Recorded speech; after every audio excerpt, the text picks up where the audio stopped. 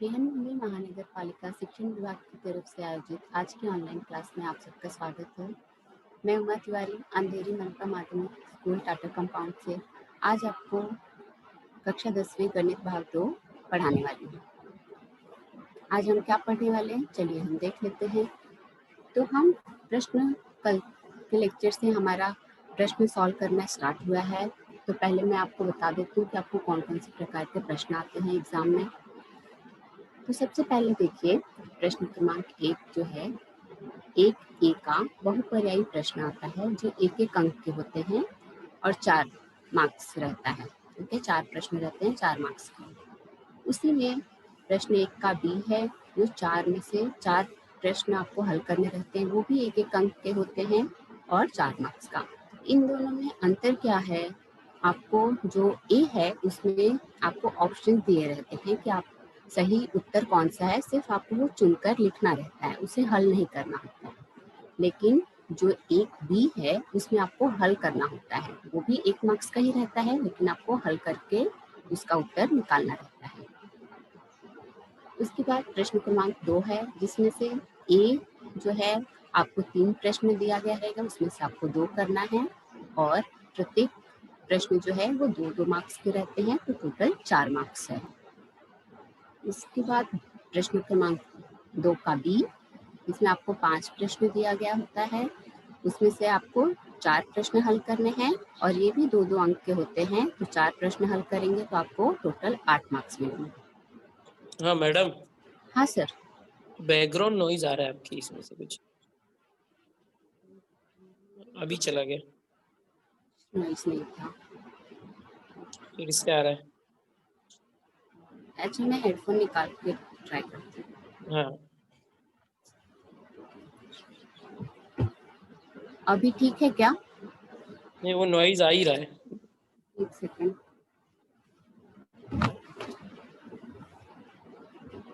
Fan वगैरह चालू होगा ऐसा या कुछ ऐसा। हाँ हाँ, मैंने फैन ऑफ किया, अभी ठीक है।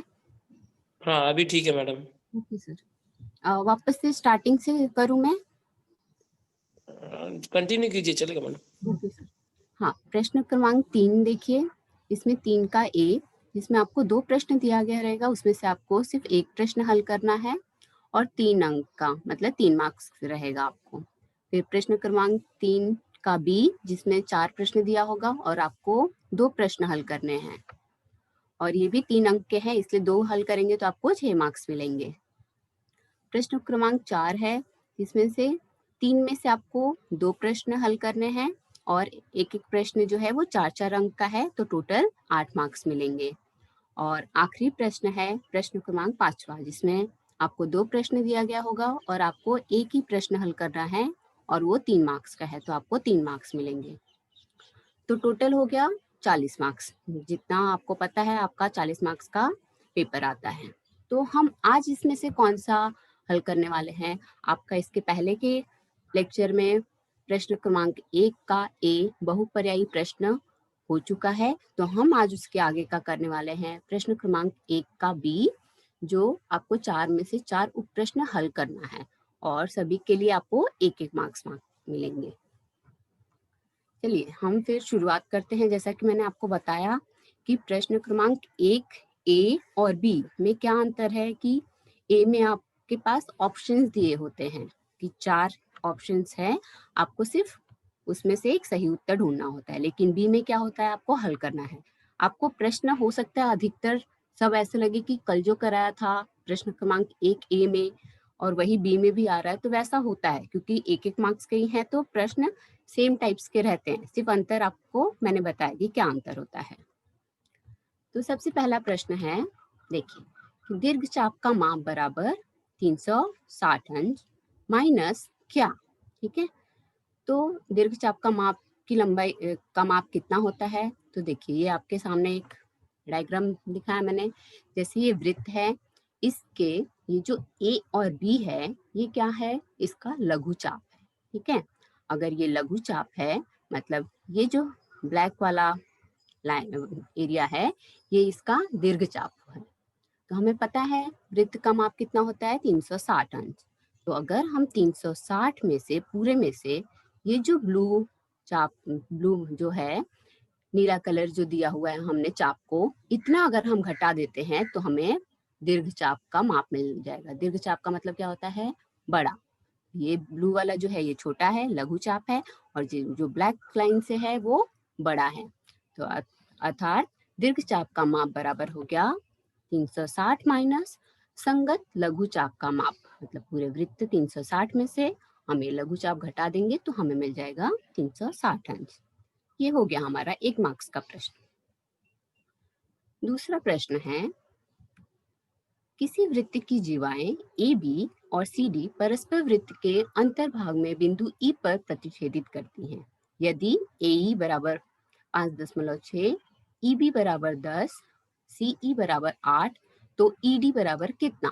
ठीक है, देखिए डायग्राम से आपको क्या क्या दिया हुआ है कि ए बी और सी डी क्या है? वृत्त की त्रिज्या है, वृत्त की जीवाएं हैं। ठीक है, और ये बिंदु ई पर प्रतिच्छेदित करती हैं, और आपको मान दिया हुआ है ए का मान, ई बी का मान, फिर सी का मान, और हमें ये ई डी का मान ज्ञात करना है। चलिए हल करते हैं। देखिए, हमें पता है कि जीवाओं का जो अंतःछेदन का प्रमेय है उसमें यही होता है कि जो उसकी जीवाएं होती हैं उनका ही गुना दिया हुआ रहता है। ठीक है, देखिए ए गुने ई बी बराबर सी ई गुने ई डी। अब देखिए यहाँ पे ए गुने ई बी बराबर सी ई गुने ई डी। तो हमें इसमें से जिसका भी मान दिया है प्रश्न में हम वो रख लेंगे इसमें। तो देखिए ए कितना दिया है 5.6 गुने ई बी दिया है 10, सी ई दिया है 8 और ई डी हमें ज्ञात करना है। तो हम ई डी को एक साइड रखेंगे और 8 का पक्षांतर करके दूसरी तरफ लेकर जाएंगे। तो वो यहाँ पर गुणे में है, तो जब वो दूसरी तरफ जाएगा तो भाग में हो जाएगा।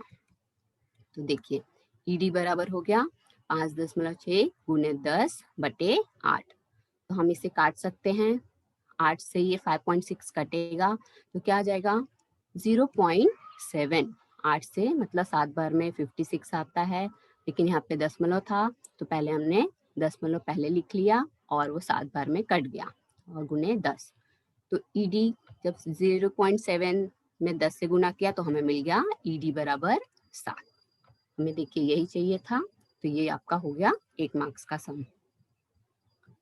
अगला प्रश्न है, यदि दो समरूप त्रिभुजों के संगत भुजाओं का अनुपात 5:7 हो तो उन त्रिभुजों के क्षेत्रफलों का अनुपात कितना होगा? ठीक है, यहाँ पे दिया है कि दो त्रिभुज जो है वो समरूप है। ठीक है, और उनकी संगत भुजाओं का अनुपात दिया हुआ है। तो सबसे पहले हम मान लेंगे कि मान लीजिए जो दो त्रिभुज है वो कौन कौन से है। ठीक है, तो मैंने यहाँ पे माना त्रिभुज एबीसी समरूप है त्रिभुज पीक्यूआर के। ठीक है, तो इसमें त्रिभुज एबीसी जो है वो छोटा त्रिभुज है और त्रिभुज पीक्यूआर बड़ा त्रिभुज है। ठीक है, तो क्या होगा, ये जो अनुपात हमें दिया है हम इनका पहले एक सामान्य गुणज लिखेंगे जो दोनों में रहेगा। तो माना ए बी तथा पी क्यू के अनुपातों का सामान्य गुणज x है। ठीक है, तो इसलिए ए बी बराबर कितना हो गया 5x और पी क्यू बराबर हो गया 7x, क्योंकि ये दोनों त्रिभुजों की भुजाओं का ही अनुपात है। और हमने जब गुणज लिख लिया मतलब ए बी का मान 5x हो गया और पी क्यू का मान 7x हो गया। अब हमें पता है कि समरूप त्रिभुजों के क्षेत्रफल का प्रमेय क्या होता है कि एरिया ऑफ त्रिभुज एबीसी बटे एरिया ऑफ त्रिभुज पीक्यूआर बराबर होगा जो भुजा है उसके वर्ग का बटे में करने पर, ए बी का वर्ग बटे पी क्यू का वर्ग। हमें इसका मान हमने देखिए लिखा है ए बी का मान 5x और पी क्यू का मान 7x, तो हम यहाँ पर वो लिख लेंगे। ठीक है, तो ये हो गया देखिए 5x का वर्ग बटे 7x का वर्ग। इसका हमने वर्ग किया तो आ गया 25 का वर्ग, 25x का वर्ग बटे 49x का वर्ग। तो इसलिए अब यहाँ पे हम काट सकते हैं एक्स स्क्वायर और एक्स स्क्वायर ऊपर नीचे दोनों जगह पर है, तो ये क्या होगा कैंसिल हो जाएगा एक दूसरे से। तो क्या बचा सिर्फ 25 बटे 49। तो एरिया ऑफ त्रिभुज एबीसी बटे एरिया ऑफ त्रिभुज पीक्यूआर बराबर कितना आया हमारा 25 बटे 49। ठीक है, तो देखिए तो हमें क्या ज्ञात करना था, उनके त्रिभुजों के क्षेत्रफलों का अनुपात। तो ये रहा उनके क्षेत्रफल और उनका अनुपात कितना आया 25/49। ठीक है, तो हमने उत्तर लिख लिया, दिए गए त्रिभुजों के क्षेत्रफलों का अनुपात 25/49 है। अगला प्रश्न, निम्नलिखित में से कौन सा त्रिक पाइथागोरस का त्रिक है?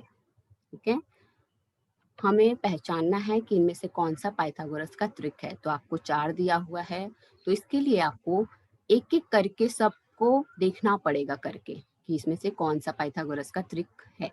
वो हम कैसे पहचानते हैं कि जो सबसे बड़ी संख्या होती है, जैसे कि मान लीजिए मैंने ए लिया, ए में सबसे बड़ी संख्या है 10, तो सबसे बड़ी संख्या का वर्ग बराबर होना चाहिए जो अन्य दो संख्याएं हैं उनके वर्गों के योगफल के। ठीक है, तो ऐसे ही पाइथागोरस का ट्रिक होता है कि अगर सबसे बड़ी संख्या का वर्ग जो है वो बराबर है अन्य दो संख्याओं के वर्गों के योगफल के बराबर, मतलब वो पाइथागोरस का ट्रिक है।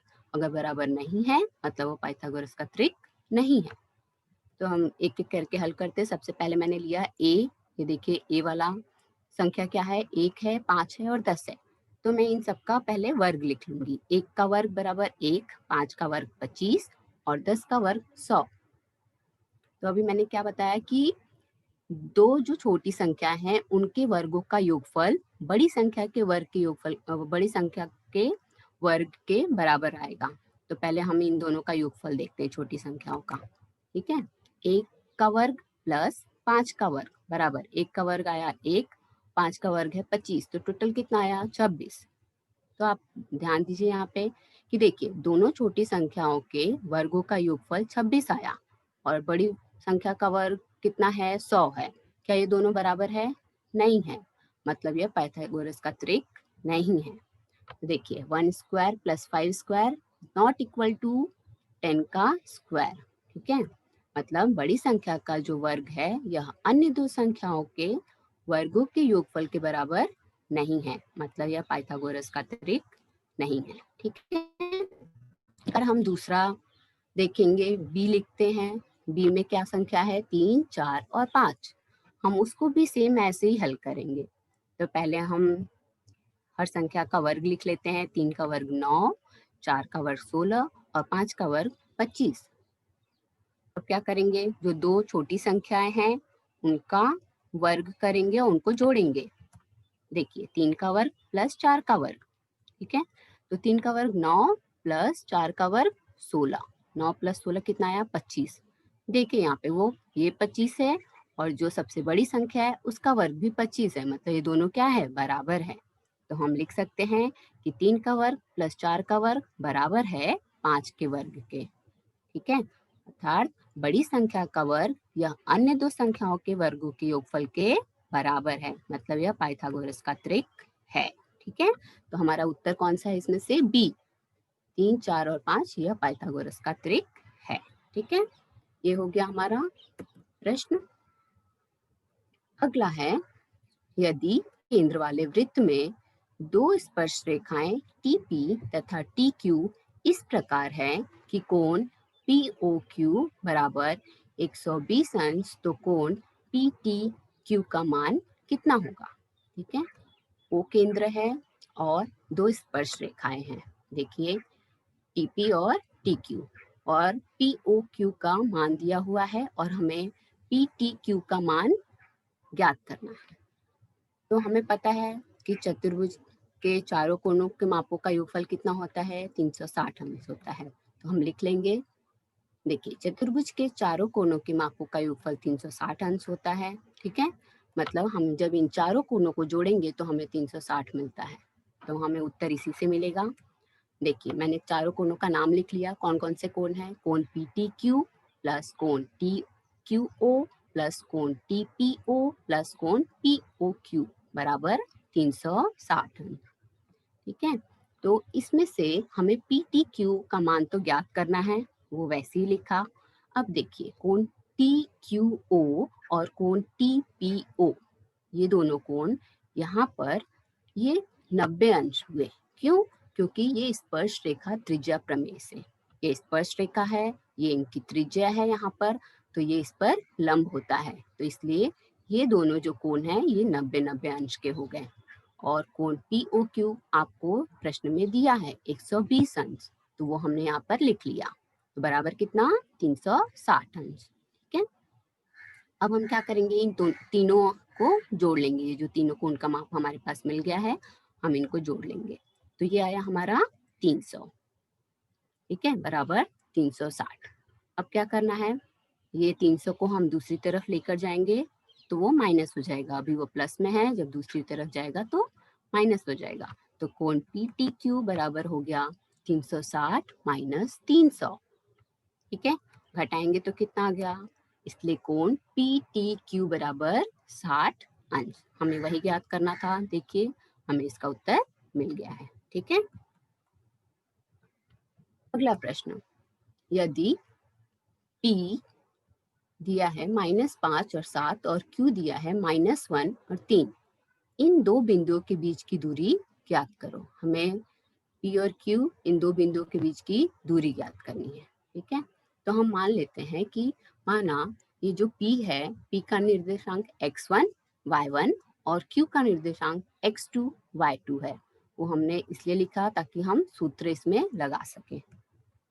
तो x1 कितना आया हमारा, x1 कितना है -5 और x2 कितना हो जाएगा -1 हो जाएगा, और वैसे ही y1 7 और y2 हो गया है 3। ठीक है, तो वो हमने यहाँ पर लिख लिया। अब दूरी सूत्र हम लगाएंगे, इसमें क्या है, PQ बराबर, हमें इन दोनों के बीच की दूरी ज्ञात करनी है PQ की, तो वो लिख लिया मैंने। PQ बराबर करनी में x2 माइनस x1 का वर्ग प्लस y2 माइनस y1 का वर्ग। अब हमारे पास ये सब का वैल्यू है, तो हम वो इसमें डाल लेते हैं। तो देखिए x2 कितना है हमारे पास -1, देखिए यहाँ पे x2 बराबर -1 लिख लिया, फिर बीच में माइनस है, x1 का मान कितना है -5 है, तो मैंने वो लिखा -5। ठीक है, उसका वर्ग प्लस y2 है हमारे पास 3 और y1 है 7, तो 3 माइनस 7 का वर्ग। तो -1 यहाँ पे हो गया, और ये माइनस माइनस प्लस हो गया, तो यहाँ पे +5 का वर्ग प्लस यहाँ पे 3 माइनस 7, तो -7 में से 3 घटाए तो हमें उत्तर मिल गया -4 का वर्ग। ऐसे ही यहाँ पे देखिए 5 के आगे प्लस है, 1 के आगे माइनस है, ये घटाएंगे 5 में से 1 को तो हमें मिला 4, 4 का वर्ग प्लस यहाँ पे ऑलरेडी -4 है उसका वर्ग। 4 का वर्ग कितना होता है 16, इस 4 का वर्ग भी 16 आएगा और -4 का वर्ग भी 16 आएगा, तो हमें मिल गया 16 + 16 जोड़ेंगे तो हो गया 32। तो हम इसे ऐसे लिख सकते हैं, देखिए 32 को कैसे लिख सकते हैं हम, 16 गुने 2, ताकि हम ये जो 16 है उसको हम करनी के बाहर लिख सकें। तो 16 का वर्गमूल कितना होता है 4, तो ये हो गया करनी के बाहर और 2 करनी के अंदर, अर्थात PQ की दूरी कितनी आई 4 करनी में 2। ठीक है, इन दोनों बिंदुओं के बीच की दूरी कितनी है 4 करनी में 2। अगला प्रश्न है, यदि tan थीटा बराबर 3/4 तो sec थीटा का मान ज्ञात करो। ठीक है, tan थीटा दिया है और sec थीटा का मान हमें ज्ञात करना है। तो हमें पता है ये सूत्र 1 + tan स्क्वायर थीटा बराबर होता है sec स्क्वायर थीटा। ठीक है, तो हम इसमें tan थीटा का मान रख सकते हैं। tan थीटा हमें दिया है 3/4, तो वो मैं इस सूत्र जो है इसमें लिख सकती हूँ। तो मैं लिख लूंगी 1 + 3/4 का वर्ग बराबर sec स्क्वायर थीटा। देखिए, तो 3 का वर्ग कितना हो गया 9 और 4 का वर्ग कितना हो गया 16, तो 1 + 9/16 बराबर sec स्क्वायर थीटा। अब हम क्या कर सकते हैं, ये 16 का गुना 1 से करेंगे +9/16, मतलब एलसीएम ले लेंगे इसका, तो sec स्क्वायर थीटा बराबर आ गया 16 + 9/16। ठीक है, 16 का गुना 1 से किया है +9 किया है और नीचे 16 था तो वो 16 रह गया। अब इनको जोड़ देंगे, 16 और 9 कितना हो गया 25 और बटे 16। ठीक है, तो इसलिए sec स्क्वायर थीटा का मान कितना आ गया हमारा 25/16। तो sec का मान कितना आएगा, sec थीटा का मान हम इन दोनों पक्षों का वर्गमूल कर लेंगे तो हमें sec थीटा का मान मिल जाएगा। ये स्क्वायर में था ना, तो हमें इसका वर्गमूल करना पड़ेगा, तो इसलिए 25 का वर्गमूल 5 और 16 का वर्गमूल 4। दोनों पक्षों का वर्गमूल किया हमने तो सेक थीटा का मान मिल गया हमें। ओके, चलिए अगला प्रश्न। P -3, और Q 5, -2 से जाने वाली रेखा का ढाल ज्ञात करो। हमें ढाल ज्ञात करना है, ठीक है। ये देखिए जो दूरी ज्ञात करना था वैसे ही प्रश्न है इसका, लेकिन इसमें हमें क्या ज्ञात करना है, ढाल। तो हम मान लेते हैं कि माना कि P कितना है, वैसे ही सेम जैसे हमने अभी प्रश्न हल किया, x1 y1 x2 y2। तो देखिए x1 मतलब -3, y1 कितना 1, और वैसे ही x2 मतलब 5 और y2 मतलब -2, ठीक है, वो लिख लिया। रेखा PQ का ढाल बराबर होगा y2 y1 बटे x2 x1। ठीक है, हम ढाल का जो सूत्र है वो ये है कि ढाल जो भी दिया गया रहेगा आपको बराबर y2 y1 बटे x2 x1। अब आपको क्या करना है, इस सूत्र में जो वैल्यू दिया है वो हम इसमें डालेंगे। जैसे y2 का मान कितना दिया है -2 और y1 का मान 1, तो हम लिख लेंगे -2 -1। x2 का मान कितना है 5 और x1 का मान है -3, तो हम लिखेंगे 5 माइनस x1 का मान -3 है इसलिए ब्रैकेट में -3। अब ये क्या होगा, माइनस माइनस प्लस हो जाएगा, तो हम लिख लेंगे -2 -1 कितना हो गया -3, और नीचे 5 है और माइनस माइनस ये भी प्लस हो जाएगा, तो ये हो जाएगा 5 + 3, तो कितना हो गया 8। तो रेखा PQ का ढाल कितना आ गया हमारा, रेखा PQ का ढाल बराबर -3/8 है। ये हो गया हमारा उत्तर। अगला प्रश्न है, समकोण त्रिभुज में समकोण बनाने वाली भुजा की लंबाई 24 सेमी तथा 18 सेमी हो तो उसके कर्ण की लंबाई कितनी होगी। बहुत ही आसान प्रश्न है क्योंकि आप ये बहुत पहले से करते आ रहे हैं। पाइथागोरस का प्रमेय लगाना है हमें इसमें सिर्फ। तो देखिए जैसे कि मान लीजिए ये हमारा समकोण त्रिभुज है, इसमें हमें दो भुजाओं का मान दिया हुआ है और कर्ण का मान हमें ज्ञात करना है। तो हम लिख लेते हैं, माना त्रिभुज ABC समकोण त्रिभुज है, अतः AB बराबर दिया है 18 सेमी, BC बराबर 24 सेमी और AC बराबर हमें ज्ञात करना है। ठीक है, तो पाइथागोरस के प्रमेय ही हमें इसमें लगाना है, तो हम लिख लेंगे पाइथागोरस प्रमेय से AC का स्क्वायर बराबर AB का स्क्वायर प्लस BC का स्क्वायर। को पता है कि पाइथागोरस का प्रमेय यही है। तो AB का मान कितना है 18, तो 18 का वर्ग प्लस BC का मान है 24, तो 24 का वर्ग। 18 का वर्ग कितना होता है 324 और 24 का वर्ग होता है 576। अब दोनों को जोड़ लेंगे। ठीक है, तो दोनों को जोड़ा मैंने तो 900 आया, मतलब AC स्क्वायर आया हमारा 900। हम अगर इसका वर्गमूल ले लेंगे तो कितना आएगा 30, तो AC का मान कितना आ गया है 30। तो दोनों पक्षों का जब हमने वर्गमूल किया तो AC का मान हमें मिल गया, अर्थात AC का लंबाई मतलब उसके कर्ण की लंबाई कितनी होगी 30 सेमी। ठीक है, तो समकोण त्रिभुज के कर्ण की लंबाई हमें मिल गई 30 सेमी। अगला प्रश्न, इसी त्रिभुज के भुजाओं की लंबाई क्रमशः 7 सेमी 24 सेमी 25 सेमी हो तो क्या वह त्रिभुज समकोण त्रिभुज होगा, कारण लिखो। ठीक है, 3 भुजा की लंबाई दी गई है और क्या वह समकोण त्रिभुज है, हमें वो कारण लिखना है। तो हमने अभी जो एक प्रश्न किया था जिसमें हमने ज्ञात किया कि पाइथागोरस का त्रिक है या नहीं है, ये भी हमें सेम वैसे ही करना है। देखिए हम क्या करेंगे, जो 3 भुजाएं दी गई हैं आपको, हम पहले उनका वर्ग निकाल के लिख लेते हैं। 7 का वर्ग कितना आया 49, 24 का वर्ग 576 और 25 का वर्ग 625। ऐसा क्यों लिखा, क्योंकि जो दो भुजाएं हैं अगर हम उनको जोड़ते हैं, उनके वर्गों को जोड़ते हैं और वो तीसरी भुजा के वर्ग के बराबर आ गया, मतलब यह त्रिभुज क्या होगा, ये पाइथागोरस के प्रमेय से यह समकोण त्रिभुज बन जाएगा। देखिए, तो हम दो छोटी जो भुजाएं हैं उनका वर्ग किया हमने, उसको जोड़ लिया। 7 का वर्ग 49, 24 का वर्ग 576 बराबर कितना आ गया 625। देखिए वो तीसरे के बराबर है। ठीक है, मतलब 7 स्क्वायर प्लस 24 का स्क्वायर बराबर है 25 के स्क्वायर के। मतलब यह पाइथागोरस का त्रिक है। और हमें लेकिन क्या याद करना, अगर वो पाइथागोरस का त्रिक है मतलब वह समकोण त्रिभुज ही होगा, क्योंकि हम समकोण त्रिभुज में ही पाइथागोरस का त्रिक लगाते हैं। तो हम उत्तर में लिख लेंगे कि पाइथागोरस के प्रमेय के विलोम से यह समकोण त्रिभुज होगा। ठीक है, पाइथागोरस का प्रमेय का विलोम क्या कहता है कि अगर दो भुजाओं का वर्ग का योगफल तीसरी भुजा के वर्ग के बराबर है, मतलब वह त्रिभुज समकोण त्रिभुज होगा। ठीक है, अगला है त्रिभुज PQR में रेख RS यह कोण R की समद्विभाजक है। PR बराबर 15, RQ बराबर 20, PS बराबर 12, तो SQ का मान ज्ञात कीजिए। ठीक है, डायग्राम में ध्यान दीजिए।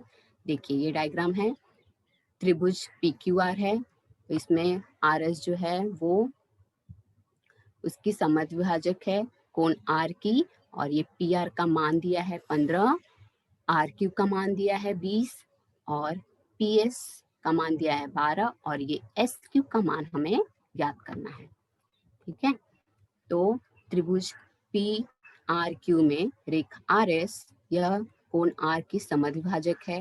यह समद्विभाजक है, इसलिए हम इसमें कोण समद्विभाजक का प्रमेय लगा लेंगे। तो कोण समद्विभाजक का प्रमेय क्या होता है कि PR बटे RQ बराबर होता है PS बटे SQ के। यह है कोण समद्विभाजक का प्रमेय। तो ये मैंने यहाँ पर लिख लिया है, देखिए PR बटे RQ बराबर PS बटे SQ, और कारण भी लिख दिया यहाँ पर। अब हम इसमें मान रख देंगे जो मान हमें प्रश्न में दिया हुआ है, जैसे PR बराबर 15 है, PS बराबर 12 है, RQ बराबर 20 है और SQ बराबर हमें ज्ञात करना है। ठीक है, तो अब हम क्या कर सकते हैं, यहाँ पे आप तिर्यक गुना कहिए तो, या फिर SQ को एक साइड में रखिए और बाकी जो नंबर्स है उनको एक तरफ लेकर जाइए, तो हमें मिल जाएगा। देखिए SQ बराबर, ये 12 का गुना 20 से किया है, 12 गुने 20 बराबर SQ गुने 15 अगर आया होगा तो 15 हम दूसरी तरफ लेकर गए, मतलब वो बटे में आ गया, बराबर बटे 15। अब यहाँ पे इसको हमने काट दिया है, आप इसको 3 से काट सकते हैं, 5 से काट सकते हैं सीधे। तो आपको जब काटेंगे उसके बाद आपको सिर्फ ये मिलेगा 4 गुने 4। ठीक है, मतलब SQ बराबर हमारा मान आ गया 16।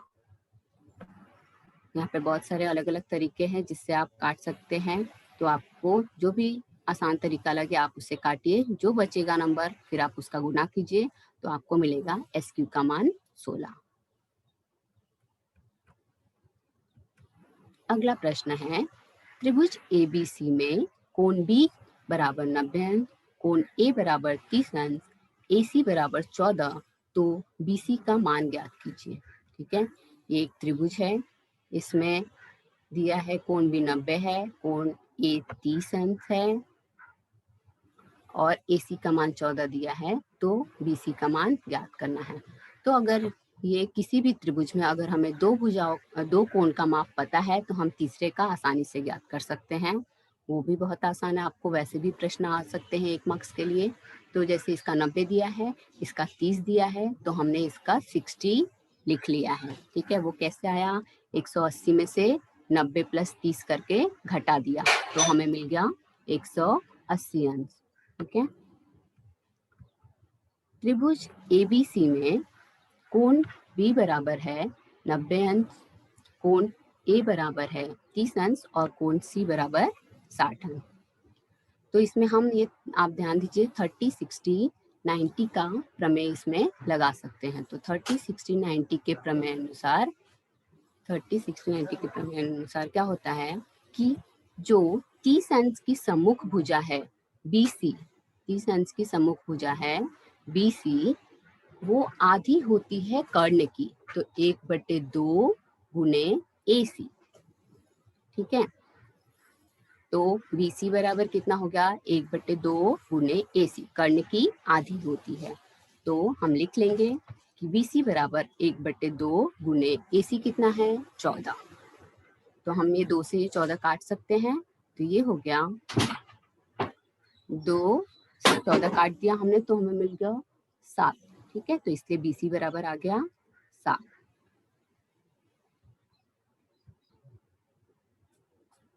अगला प्रश्न है, वृत्त के व्यास की लंबाई 9 सेमी हो तो वृत्त की त्रिज्या निकालो। अब देखिए, व्यास दिया हुआ है और वृत्त की त्रिज्या निकालनी है। तो वृत्त का व्यास हम किससे दर्शाते हैं? स्मॉल डी से। ठीक है, डायमीटर इंग्लिश में बोलते हैं, इसलिए स्मॉल डी से दर्शाते हैं। तो उसका मान दिया हुआ है आपको 9 सेमी। और हमें पता है कि जो वृत्त की त्रिज्या है वो वृत्त के व्यास की आधी होती है, मतलब हाफ होती है। तो इसलिए वृत्त की त्रिज्या बराबर हाफ 1/2 गुने डी, व्यास का आधा। तो हम यहाँ पे लिख लेंगे कि डी का मान वहाँ पे डाल देंगे 9, 1/2 गुने 9 और 2 से इसको हम काटेंगे तो हमें मिलेगा वृत्त की त्रिज्या बराबर 4.5। 2 से हमने 9 को काट दिया तो हमें मिला है 4.5, अर्थात वृत्त की त्रिज्या कितनी आई? 4.5 सेमी।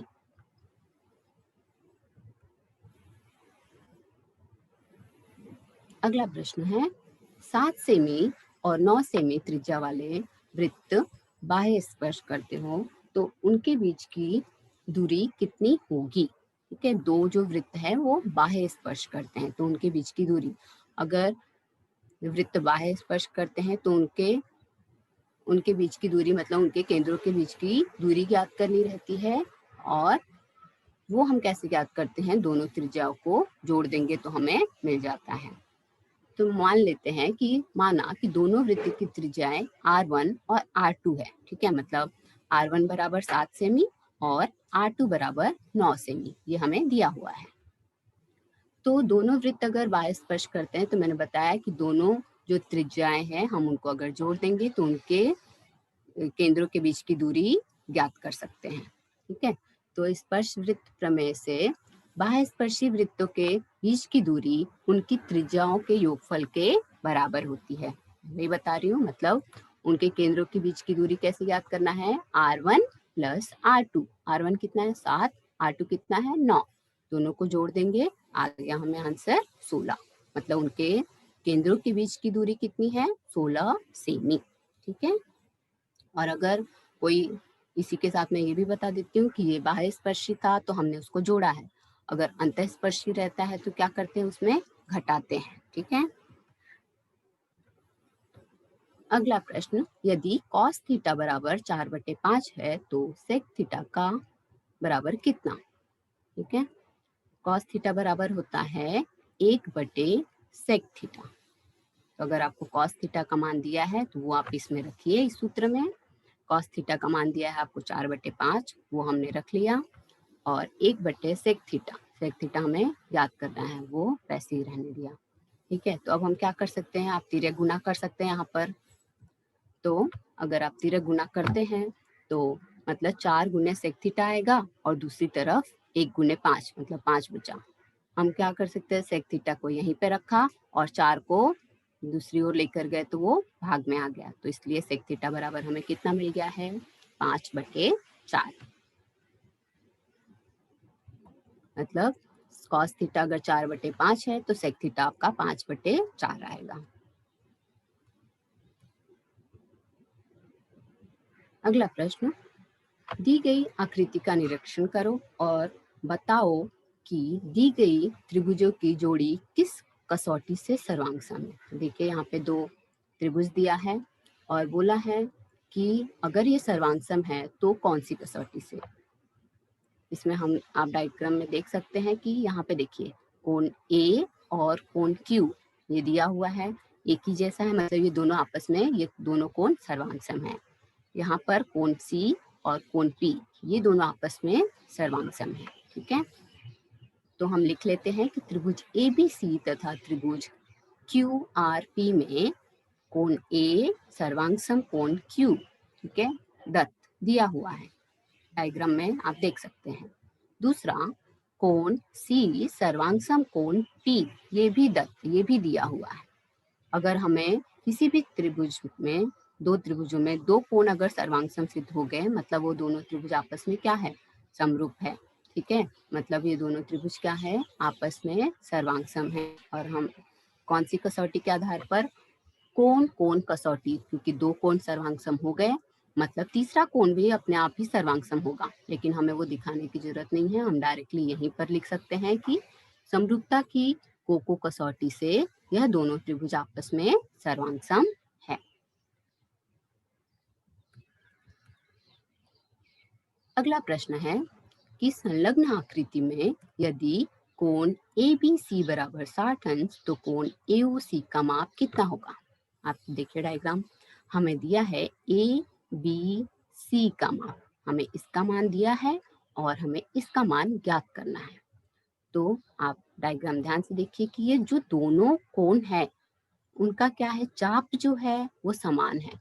ठीक है, तो ये जो कोण होता है अंतर्लिखित कोण, वो जो वृत्त पे केंद्र पे जो कोण बनता है उसका आधा होता है। ठीक है, तो हम वैसे ही लिख के इसको हम लिख लेंगे। ठीक है, देखिए, वृत्त चाप द्वारा वृत्त के किसी भी बिंदु से अंतरित किए गए कोण का माप उसी चाप द्वारा वृत्त केंद्र से अंतरित किए गए कोण के माप का आधा होता है। मैंने बताया ये जो है ये आधा होता है किसका, जो केंद्र पे जो कोण बनता है उसका। आप इसको सरल भाषा में ऐसे याद रख सकते हैं। तो आगे मैं वही लिखने वाली हूँ। देखिए, कोण ABC जो है वो आधा है, आधा मतलब 1/2 किसका, कोण AOC का, जो केंद्र पे जो कोण बन रहा है उसका आधा। ठीक है, तो हमें ABC का मान दिया हुआ है 60, तो हम वो लिख लेंगे 60 बराबर 1/2 गुणे AOC। ठीक है, अब हम AOC एक साइड रखेंगे और जो ये 1/2 है इसको हम दूसरी तरफ लेकर जाएंगे, तो हमें मिलेगा कोण AOC बराबर 60 गुणे 2। क्या हुआ, ये भाग में था, जब वो दूसरी तरफ गया तो उसका गुना हो गया। ठीक है, तो ये आ गया हमारा कोण AOC बराबर 120 अंश। देखिए ये 60 था, तो 60 का दुगुना कितना हो गया, 120, या 120 का आधा कितना हो गया, 60। तो इसलिए इसका माप आप याद रख सकते हैं ऐसे भी कि ये जो है इसका आधा होता है और इसका दुगुना यहाँ पर होता है। ठीक है, तो कोण AOC का मान कितना आ गया, 120 अंश। अगला प्रश्न है कि चक्रीय चतुर्भुज PQRS में कोण R बराबर है 110 अंश, तो कोण P ज्ञात करो। देखिए ये एक चक्रीय चतुर्भुज है, इसमें कोण R का मान दिया हुआ है 110 अंश और हमें कोण P का मान ज्ञात करना है। तो हमें पता है कि चक्रीय चतुर्भुज में जो सम्मुख कोण होते हैं वो संपूरक होते हैं। ठीक है, संपूरक का अर्थ क्या होता है कि उन दोनों कोणों को अगर हम जोड़ेंगे तो उनका माप 180 अंश आएगा। तो हम लिख लेते हैं कि चक्रीय चतुर्भुज के सम्मुख कोण संपूरक होते हैं। तो हमने लिख लिया, मतलब मेजर कोण P प्लस मेजर कोण R बराबर 180 अंश। ठीक है, संपूरक मतलब होता है 180। तो अब हमें जिसका मान पता है वो हम डाल देते हैं यहाँ पे, P का नहीं पता तो वैसे ही रखा मैंने, और R का मान हमें पता है 110, तो वो लिख लिया। अब क्या करेंगे, R का मान जो है वो हम दूसरी तरफ लेकर जाएंगे, तो यहाँ पे वो जब उसका पक्षांतर करेंगे तो क्या होगा, माइनस हो जाएगा। इसलिए कोण P बराबर हो गया 180 माइनस 110। इसको घटाएंगे तो हमें P का मान कितना मिला, 70 अंश। ठीक है, इसलिए कोण P बराबर कितना आया हमारा, 70 अंश। ये भी बहुत ही आसान है, सिर्फ आपको जोड़ना है और 180 इसे बाद में घटा देना है। अगला प्रश्न है, बिंदु P रेख AB का मध्य बिंदु है। यदि -4,2 और B का 6,2 हो तो बिंदु P का निर्देशांक क्या होगा। ठीक है, हमें यहाँ पर बिंदु P का निर्देशांक ज्ञात करना है। तो ऐसे टाइप्स के सम अलग अलग हैं, जैसे एक में आपको दूरी ज्ञात करना था, एक में आपको ढाल ज्ञात करना था, इसमें आपको निर्देशांक ज्ञात करना है। लेकिन अगर आप ध्यान देंगे तो इनका प्रश्न जो है आधा प्रश्न तो सेम है, क्योंकि सब में क्या दिया रहता है आपको, दो बिंदुओं का मान दिया हुआ रहता है। ठीक है, तो ये प्रश्न देखिए, ए का मान दिया है आपको, बी का मान दिया है और बोला गया है कि ये जो पी है वो इसका मध्य बिंदु है। ठीक है, और ये मध्य बिंदु है इसलिए आप इसका p का जो निर्देशांक है वो ज्ञात करना है। ठीक है, तो हम इसे वैसे ही लिखेंगे। पहले हम मान लेंगे कि x1 y1 और x2 y2 कौन सा है। तो जैसे पहला जो लिखा है ए वाला, तो -4, 2, ये हमने माना कि ये क्या है, x1 y1 है, और जो b का है 6, 2 वो x2 y2 है। और बिंदु P का निर्देशांक कितना है, x, y, मतलब अभी हमारे पास x1 y1 x2 y2 इन सब का मान है, लेकिन हमें P का निर्देशांक ज्ञात करना है। P का क्या है, x और y, मतलब जब हम x और y का मान ज्ञात कर लेंगे तो हमें P का निर्देशांक मिल जाएगा। तो वो कैसे ज्ञात करते हैं, मध्य बिंदु के सूत्र से। ठीक है, मध्य बिंदु का सूत्र क्या कहता है कि x बराबर होता है x1 प्लस x2/2, ये सूत्र है। x ज्ञात करने का सूत्र क्या है, x1 प्लस x2/2। वैसे ही y का ज्ञात करने का सूत्र क्या होगा, y1 प्लस y2/2। ठीक है, तो पहले हम x का ज्ञात करते हैं। x1 का मान कितना है हमारे पास, x1 का मान है -4, तो वो लिखा। x2 का मान कितना है, देखिए x2 का मान कितना है 6, तो वो लिखा। तो -4 + 6/2, तो 6 में से -4 को घटाएंगे तो हमें मिला 2, तो 2/2, जब इसको हमने काटा तो हमें मिल गया 1, मतलब हमें x का मान मिल गया है, कितना आया, 1। इसी प्रकार हम y का भी मान ज्ञात करेंगे। y का सूत्र हमने लिख लिया, y बराबर y1 प्लस y2/2 बराबर y1 कितना है, देखिए 2, और y2 कितना है 2, दोनों हमने लिख लिया यहाँ पे। 2 + 2 बराबर /2, तो 2 + 2 कितना आया 4, और /2, तो इसको जब हमने काटा तो हमें मिला 2, मतलब y का मान कितना आ गया 2। देखिए x का भी मान मिल चुका है, y का भी मान मिल चुका है, तो मतलब p का जो निर्देशांक है वो हमने ज्ञात कर लिया है। तो हम उत्तर लिख लेंगे कि मध्य बिंदु p के निर्देशांक क्या है, 1, 2। ठीक है, हमें पता है x का मान जो है हम पहले लिखते हैं, y का मान हम बाद में लिखते हैं, तो इसलिए बिंदु P का निर्देशांक हमें प्राप्त हुआ है 1, 2। अगला प्रश्न है, देखिए कि 1 + tan² थीटा बराबर कितना।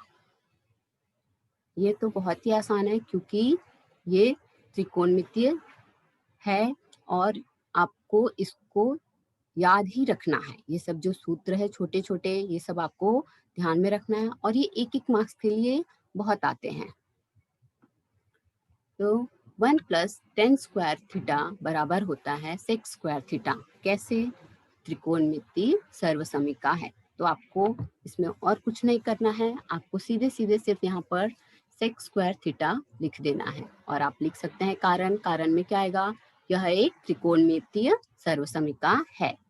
तो ये एक सूत्र की जैसे आप याद रखिए, ऐसे टाइप के जो भी सूत्र है आपको पूछ सकते हैं, एक एक मार्क्स के लिए पूछा ही जाता है, अधिकतर सूत्र आते हैं, और त्रिकोणमिति से तो बहुत सारे आते हैं, तो आप वो सब सूत्र ध्यान में रखिए। तो ये हो गया हमारा आज का लेसन। अभी किसी को कुछ डाउट है तो आप पूछ सकते हैं।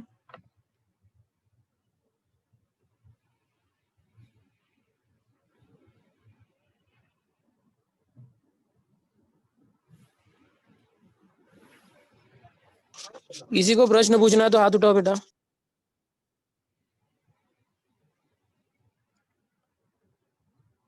सुमित दुबे, माइक चालू करो।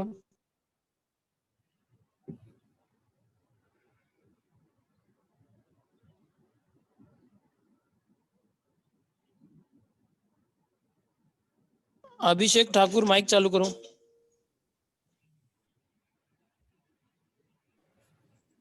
Hello ma'am. हाँ बोलिए। आपने 11वां क्वेश्चन आप गए थे ना, वो थोड़ा उसका आगे का थोड़ा बताओ ना। क्वेश्चन नंबर 11,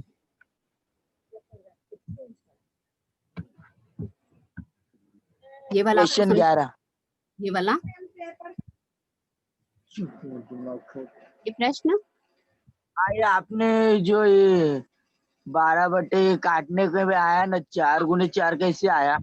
देखिए यहाँ पे आप इसको 3 से काट सकते हैं, जैसे अगर आपने इसको 3 से काटा तो 3 से 5 बार में 15 आ जाएगा, 3 पचे 15 होता है, ठीक है, नीचे 5 आया। और वैसे ही 3 से आप ऊपर काटेंगे तो कितनी बार में 12 आएगा, 4 बार में, 3 चौक 12, ठीक है, तो 4 आया ऊपर, ठीक है। तो नीचे क्या बचा हुआ है, 5, और ऊपर यहाँ पे 20 है, तो 5 से 20 भी कटेगा, कितनी बार में, 4 बार में, तो 5 चौक 20। तो यहाँ पे पहले से ही 4 था और 20 को भी हमने 4 से काटा 5 से 4 बार में, इसलिए हमें यहाँ पर मिला है 4 गुने 4।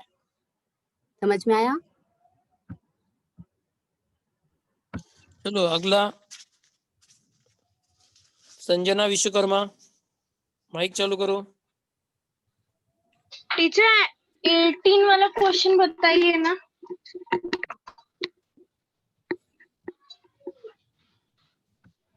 हाँ बोलिए। ये देखिए, ये चक्रीय चतुर्भुज है। चक्रीय चतुर्भुज के जो सम्मुख कोण होते हैं वो संपूरक होते हैं। संपूरक का अर्थ होता है कि अगर दोनों कोणों को आप जोड़ेंगे तो उनका माप आपको 180 ही मिलेगा, ठीक है। तो हमें पता है कि वो चक्रीय चतुर्भुज है, तो उसके सम्मुख कोण संपूरक होंगे। तो सम्मुख कोण कौन कौन से हैं, सम्मुख मतलब सामने, तो कोण P प्लस कोण R बराबर कितना हो गया, 180 अंश। कोण R का मान हमें प्रश्न में दिया है 110, तो वो मैंने 110 रख लिया, बराबर 180 लिखा। अब हम क्या करेंगे, इसको दूसरी तरफ ले जाके उसको घटा देंगे। तो इसलिए जब हमने घटाया तो 180 में से 110 घटाया तो हमें कितना मिला, 70। इसलिए कोण P बराबर कितना आ गया, 70 अंश, ठीक है। अगला जो है रवि प्रसाद, माइक चालू करो। बोलो। Ma'am good morning. हाँ good morning. Ma'am 5 number question थोड़ा बताइए ना। 5 नंबर, यस मैम। देखिए इसमें क्या है, आपको ये चतुर्भुज दिखाई दे रहा होगा, ठीक है। आप डायग्राम से ही समझिए कि प्रश्न में आपको क्या दिया हुआ है वो देख लीजिए पहले। कि बोला है कि ओ केंद्र वाले वृत्त 2 स्पर्श रेखाएं हैं, क्या है, TP और TQ, ठीक है। इस प्रकार है कि कोण POQ, ये जो है केंद्र पे जो कोण बन रहा है वो 120 अंश का बन रहा है। उसके सामने जो कोण है वो आपको क्या ज्ञात करने के लिए बोला गया है, कोण PTQ आपको ज्ञात करने के लिए बोला गया है, ठीक है। तो ये आपको पता है किसी भी चतुर्भुज के चारों कोणों को जब आप जोड़ेंगे तो उनका माप 360 ही आएगा, ठीक है। तो वही मैंने लिखा है यहाँ पे कि चतुर्भुज के चारों कोणों के मापों का योगफल कितना होता है, 360 होता है। फिर मैंने क्या किया, चारों कोणों को जोड़ दिया, चारों कोणों को जोड़ा है मैंने, देखिए नाम लिखा है उनका PTQ प्लस TQO, TPO और POQ, ठीक है। चारों कोणों का नाम लिखा है मैंने और बराबर लिख लिया है 360 अंश। तो PTQ तो आपको ज्ञात करना है, प्लस TQO और TPO बराबर 90 अंश आया। दोनों कैसे आया, स्पर्श रेखा त्रिज्या प्रमेय। अगर आप स्पर्श रेखा त्रिज्या प्रमेय आपको नहीं पता है तो आप एक बार जरूर ये प्रमेय देख लीजिएगा अपनी टेक्स्ट बुक में। वो प्रमेय क्या होता है कि अगर कोई स्पर्श रेखा है और यहाँ पर ये त्रिज्या वो यहाँ पे एक दूसरे को टच कर रही है जहाँ पर तो वहां पर वो 90 अंश का कोण बनाते हैं, लंब होते हैं, ठीक है। तो इसलिए यहाँ पर भी स्पर्श रेखा त्रिज्या प्रमेय लगेगा और यहाँ पर भी स्पर्श रेखा त्रिज्या प्रमेय लगेगा। इसलिए ये दोनों जो कोण है वो 90-90 अंश के बन जाएंगे।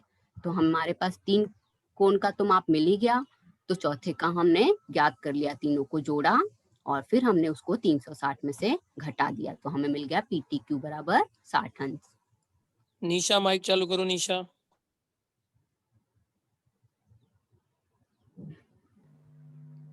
हेलो हाँ बोलो। मैम, ये PDF प्लीज सेंड कर देना ना। हाँ हाँ भेजती हूँ मैं।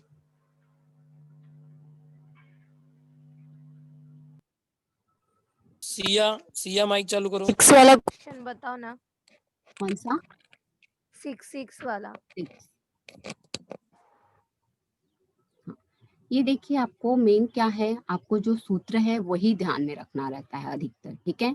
तो क्या होगा, आपको अगर सूत्र पता है तो आप आसानी से उसमें उसका वैल्यू डाल सकते हैं और फिर आप आंसर निकाल सकते हैं। तो इसमें मैंने वही किया है। देखिए प्रश्न में P और Q दिया है, तो मैंने मान लिया है कि माना कि ये जो P वाला है वो x1 y1 है और जो Q वाला है वो x2 y2 है। ठीक है, तो x1 का मान, y1 का मान, x2 का मान, y2 का मान मैंने लिखा और जो इसमें मैंने दूरी का सूत्र लगा दिया।